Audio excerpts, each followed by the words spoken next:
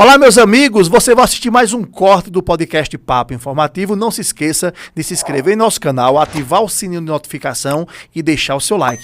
E compartilhe para os amigos assistir este vídeo. Eu estava indo com minha esposa para um almoço de Natal. Estava de folga. E aí meu comandante ligou: Matheus, estamos sendo acionados para a Bahia. 1 hora para estar no quartel. Ele me deu tem 1 hora, né? Aí eu informei a mulher não gostou. Chorou nesse dia. Eita. Quase que o casamento acabava. Quase. Miséria. Chorou nesse dia. Aí eu só fiz deixar ela no almoço de família e voltei para Campinas, que eu tava indo para Pocinhos. A gente se apresentou, organizamos nossa logística, e quando a gente fala logística, é para que a gente tenha autonomia em operação. Eu estou indo para um local que já a estrutura está afetada, que quem está pedindo ajuda não tem mais condições de atender. Então você não pode ser um fardo para essas pessoas, você não pode ser um peso para essas pessoas. Então a gente tem que ter autonomia. E aí quando se fala autonomia, é autonomia em tudo. É autonomia operacional, é autonomia em você ter um local para dormir, se não tiver coxa, barraca. Autonomia em alimento, você ter que transportar água e alimento, para ter autonomia nessa operação e não ser fardo para essas pessoas. E a gente se deslocou para Ilhéus. Foram aproximadamente 26 horas de viagem, a gente revezando para chegar. Vocês foram na... A gente foi em viatura. Ixi, rapaz. Foram viaturas porque a gente tem que transportar equipamento. Daqui pra Bahia, meu amigo, é estrada. É viu? estrada. Foram 26 horas de viagem. 26 horas de viagem ininterruptas.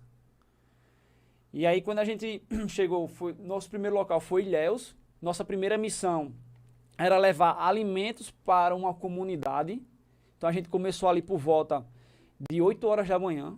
A gente conseguiu levar esses mantimentos, era 7 horas da noite. Vencendo obstáculos para chegar nessa comunidade, que era o quê? Áreas inundadas. Tem hora que a embarcação não dava mais, batia no chão, aí você tirava a embarcação e ia andando. É porque o nível da água, né? Baixava, aí você tinha que carregar essa embarcação, e aí depois você botava a embarcação de novo na água. E isso até chegar na comunidade. O alimento, os mantimentos veio chegar às 7 horas da noite nessa comunidade que tinha em Ilhéus. No outro dia seguinte, a gente recebeu uma missão do posto de comando, que era para ir para Dário Meira. Era um município que tinha na região sul da Bahia, e a única forma que a gente foi através da Marinha, com os helicópteros do Super Puma. Sim. A gente era uma equipe de 21 militares, desses 21, 14 foram para Dário Meira. Então a gente, quando embarcou na aeronave, voou para Dário Meira, a gente foi plotado no ambiente, e o objetivo nosso em Dário Meira era restabelecer o funcionamento da prefeitura. Que as ações da prefeitura voltassem aos eixos, porque o pessoal estavam tendo dificuldade. Tinha querela política no meio, tinha 90% da cidade estava debaixo d'água, então as pessoas dormiam dentro do carro, as pessoas dormiam dentro de galpões. Você entender que você não conseguia se aproximar das pessoas por mau cheiro. Que eu tomava banho. Não tinha banho, as pessoas 100 dias sem tomar banho, então assim, isso queria mau cheiro, né? Então, as pessoas tinham dificuldade. E as crianças? Quem é pai? Tu já é pai? Não sou pai. Mas as crianças... Era uma dificuldade para a família. Você via a família chorando, porque o cara perdeu tudo. O cara perdeu sua casa. E tem crianças mortas também, essa situação? Não. Em Dário Meira foi só enchente e inundação, né? E aí, por exemplo, lá se você entregasse assim 1 quilo de feijão, a pessoa não sabia fazer nada com 1 quilo de feijão. Por quê? Ela não tinha, Não tinha tinha como cozinhar, não tinha. Ela precisava de comida pronta. Tinha que levar já enlatadozinho. Comida pronta. Então a gente recebia os mantimentos pela Marinha do Brasil, que deixava lá de helicóptero. Então, mantimentos, alimento, água, material de higiene pessoal. A Marinha trazia de helicóptero. Já pronto. Aí a gente conseguiu lá montar uma cozinha lá pro pessoal. Conseguiu botijões e aí a comunidade começou a fazer comida para a comunidade com esses alimentos que a Marinha trazia, né? Aí a gente tinha problema lá em Dário Meira, que era o furto. Muita casa foi abandonada porque a água cobriu e algumas pessoas se aproveitavam dessa situação para furtar. Então, muita gente não queria sair da casa com medo de seus pertences ser furtados. E a gente tinha que entrar nesse papel, fazer A conscientização. E fazer papel de polícia. De trazer a segurança para o pessoal e dizer assim, ó, saia da residência, aqui é um local de perigo para você, e a gente vai procurar trazer segurança. Então, eram vários problemas de saúde, não tinha médicos, enfermeiros, e as pessoas estavam desenvolvendo problemas de saúde em contato com essa água, e aí a gente tinha na nossa equipe bombeiros que tinham formação em enfermagem, e aí atuou, ajudando, contribuindo ao município. É aí onde é que entra também, né, a importância do cara se qualificar. Né? Não se acomodar. Entrou no curso, porque ajuda, meu amigo, numa situação como essa aí. Né?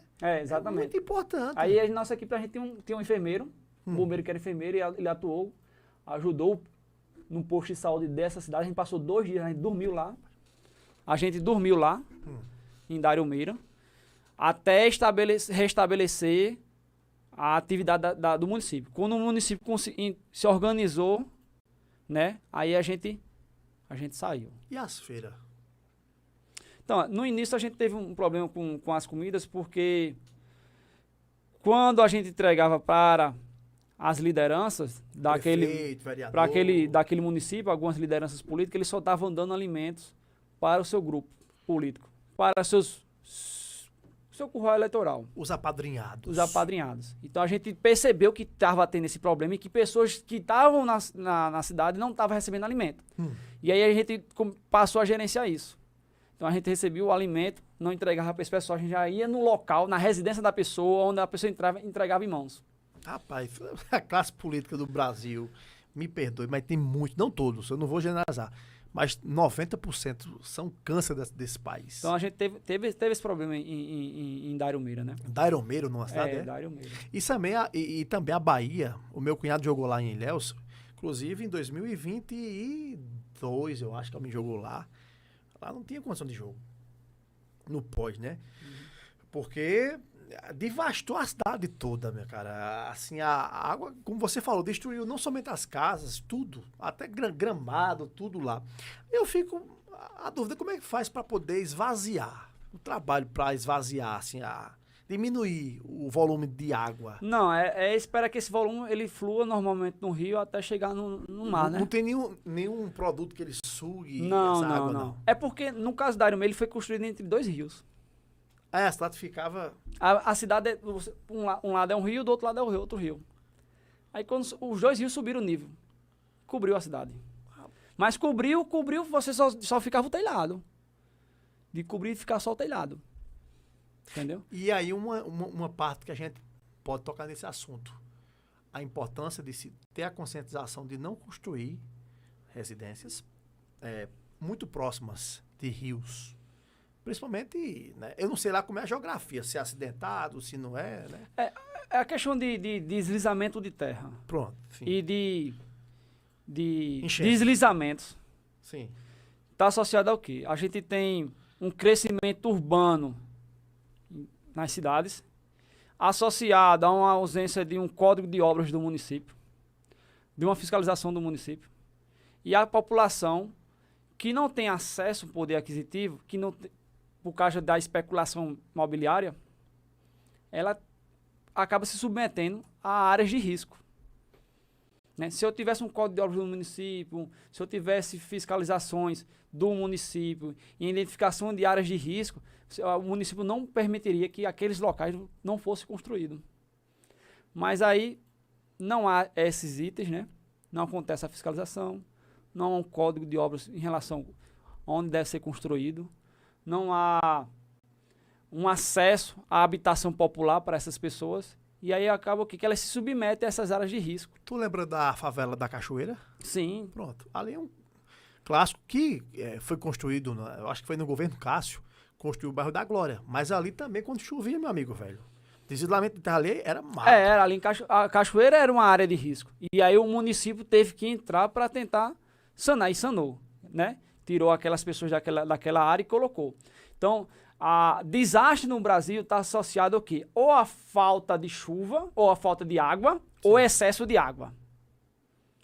Se a gente observar o desastre no Brasil, e aí quando fala excesso de água, o quê? É incêndio florestal ou é estiagem.